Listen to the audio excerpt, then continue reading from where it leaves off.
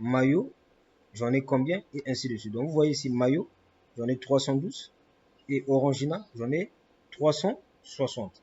Et ici, à la fin, vous avez les valeurs des stocks permanents. Donc, pour maillot, ce que j'ai en stock, en termes de coût, ça me représente 145 704. Et l'autre est à 150 000.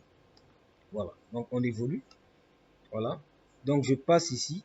On me dit le client Avis Group, ok, vous envoie un bon de commande de 2 packs d'eau et demi, ok, et demi-pack de jus. Et sollicite une remise de 3% sur l'ensemble des articles le 21 septembre. Donc, qu'est-ce que je vais faire? Il m'a envoyé le 21 septembre. Donc, je vais au niveau de traitement, document des ventes. Voilà. Je clique sur nouveau. Je prends bon de commande. Ils m'ont demandé le bon de commande. Ils m'ont envoyé plutôt le bon de commande le 21. Donc, voilà le 21. Je sélectionne ici le client Avis Group. Je valide par ce bouton. Voilà. OK. Excusez-moi. Voilà. Donc, ici, je clique. Je dis maillot au maillot. Je tabule. Je prends maillot. Donc, ici, l'exercice me dit que le client m'a envoyé un BC de 2 packs. Donc, ici, je vais enlever le conditionnement qui est là. Je l'enlève. Je mets par exemple A et je tabule. La liste, OK, des conditionnements sort. Ici, au niveau de compter colisé, je mets déjà 2 et je clique sur pack. En bas, il me dit 2 packs correspondent à 48 unités. Donc, il va enlever 48 bouteilles au sein de votre stock. Normalement, c'est ça. Mais comme je suis dans un bon de commande, il n'y a pas d'impact. Je clique sur OK et je clique sur valider. Voilà. Voilà. Voilà. OK. Après, je réitère. Je prends l'autre article. Jus. Je tabule. Donc, jus Orangina. Voilà. Là aussi, on m'a dit demi-pack. Donc, je viens ici. J'efface. Je mets A. Je tabule. Je dis demi-pack. Et là, je ne mets rien. Hein, je laisse 1. Donc, il dit un demi-pack correspond à 6. Je clique sur enregistrer. Voilà. Voilà le bon de commande que le client va envoyer. Je clique sur OK. Je reviens sur mon exercice. Ici, il me dit, voilà, et sollicite une remise de 3% sur l'ensemble des articles le 21 septembre 2024. OK? Donc, le client vous envoie un BC et il sollicite une remise de 3%. Donc, qu'est-ce que je fais? Je repars dans mon bon de commande, j'ouvre. Je vais sélectionner les deux articles. Je clique ici. J'appuie sur CTRL. Je clique sur le deuxième. Et là, on a mis remise en haut. Je clique et je mets 3. Je clique sur enregistrer. Donc, vous voyez que le 3% se répercute sur l'ensemble. Voilà. OK. Fermé. Voilà. Je repars dans l'exercice. On me dit le 21 septembre 2024, vous décidez de lui transmettre le bon de livraison accompagné de la facture avec les taxes. Mais avec ce client-là, n'oubliez pas, vous avez un contrat. Et dans le contrat, il vous avait dit, vous le livrez 2 jours après. Donc, on revient sur l'exercice. Traitement, document des ventes. J'ouvre le bon de livraison, le bon de commande. Voilà. Et je vais le transformer en bon de livraison. Donc, transformer.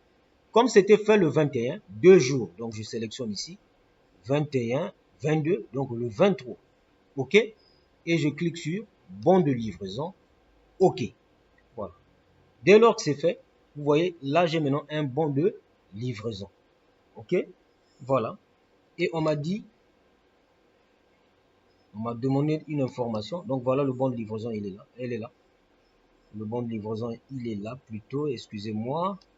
Voilà. Donc, ici, on dit le client, OK, procède au paiement direct à la comptabilité. Mais avant ça, on vous avait dit, vous avez transmis le bon de livraison accompagné de la facture avec les taxes. Voilà, donc qu'est-ce qu'on va faire? Nous, on va prendre le bon de livraison qui est là, on va le transformer en facture. D'accord? On le transforme en facture. On doit veiller sur la date, s'il vous plaît. On clique sur OK. Voilà, on l'a transformé en facture. Voilà, elle est là. Voilà la facture, elle est là. Avec le même contenu. Voilà. Et on revient ici. On dit sur l'ensemble des articles. Voilà. Le 21 septembre, vous décidez de lui transmettre le bon de livraison accompagné de la facture avec les taxes. Donc, on vérifie la présence de taxes. On vient ici dans information. Voilà, on vérifie ici. Vous voyez, c'est mis vente sans taxe. Donc, je dois prendre vente avec taxe. On clique sur oui. Voilà. Et on peut vérifier ici dans pied pour voir les taxes. Donc, vous avez les deux taxes qui sont là. Voilà. Maintenant, après, on vous dit quoi?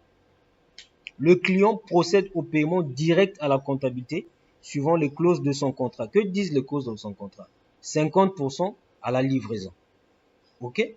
Ça, c'est 50% à la livraison. Mais il l'a fait depuis la comptabilité. Donc, qu'est-ce qu'on va faire? On va comptabiliser cette facture. Il y a plusieurs façons, mais cette fois-ci, nous sommes dans la facture. Je clique sur comptabiliser. Oui. Et la facture est envoyée en comptabilité. Et ça disparaît ici. Ça figure maintenant en bas ici. Voilà. La facture, elle est là. Et elle devient grisée. Ça veut dire quoi? On ne peut plus la modifier. Voilà. Voilà. Maintenant, qu'est-ce qu'on va faire? On va en comptabilité. Voilà la comptabilité. On va en comptabilité. On va dans structure, plan de tiers. On double-clique sur Avico. On clique sur gérer pour voir les opérations au niveau de Avico. Voilà les opérations. Voilà. Vous voyez la facture. Pourquoi il y a deux dates ici? Pourquoi il y a deux factures? Parce qu'il y a deux dates d'échéance. Ok, la première date d'échéance, c'est le 23/09/2024. Et là, on dit le client a décidé de payer 50% de ça. Donc, on doit l'enregistrer depuis la comptabilité. En quoi faisons? Il y a plusieurs façons. Donc, on peut cliquer ici, saisir des écritures. On choisit ici le journal de caisse. Ok. J'agrandis. Je dis, bon, il a décidé de me payer le 23. La facture, c'est la facture numéro 1. Le compte du client, 411. Je sélectionne Avis Group et je mets ici paiement ou à compte. Voilà. À compte. Voilà. À compte seulement. Je tabule. Je mets la date. C'était le 23. Voilà. Donc la date. Et je mets ici le montant au crédit. Donc je peux aller vérifier le montant.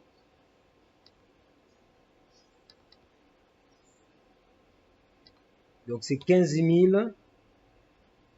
Donc le montant il est là. 15 570. 15 570. Donc ici je mets 15 570. Je clique sur enregistrer et je tabule jusqu'à la fin. Voilà. Voilà. Donc là, je viens de passer le paiement. On peut toujours voir structure, plan tiers. Je double-clique sur Avis Group. Je clique sur gérer. Voilà les écritures. Donc vous voyez, il y a une caisse qui est là. On peut même lettrer. Donc je sélectionne ça. Et le premier, et je clique sur lettrer. Voilà. Et voilà ce qui reste. Si je clique sur toutes les écritures, j'ai l'aperçu de toutes les écritures. Voilà. Voilà. Donc voilà. Après, je reviens dans l'exercice. On me dit ici, vérifiez l'état de votre stock ainsi que les marges générées. Donc, je repars dans la facturation ici, la gestion commerciale. Je dis, je vérifie le stock. Donc, état, mouvement de stock. Je dis OK. Voilà vos stocks. Donc, là où on avait 312, OK, il y a eu une sortie depuis le bon de livraison client. Pour le client Avis Group de 48. Et pour Orangina aussi, pour le client Avis Group, il y a une sortie de 6. Mais on avait 360. Comme c'est sorti 6, il reste 354. Et là, sur les 312, comme c'est sorti 48, il reste 264. On m'a dit également de vérifier la marge générée. Donc, je viens ici, état, statistiques des articles. Je prends statistiques des articles par article. Sur cette fenêtre, je dis ce sont des factures comptabilisées. Je clique sur OK. Voilà.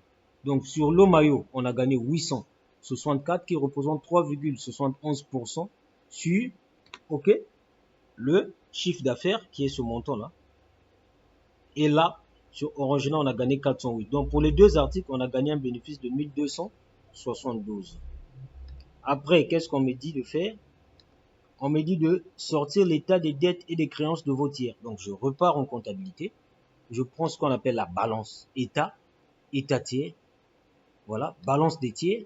Ici, je laisse sur tout. Pourquoi? Parce que j'ai des clients et des fournisseurs. OK. Voilà. Donc, voilà votre balance. Votre fournisseur maillot, vous le devez 124 424. Et votre client Avigroup vous doit 15 000. Donc, les dettes, c'est à ce niveau-là. Là où c'est mis solde.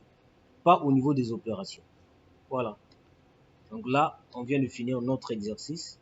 Je vous remercie et bonne chance. Merci.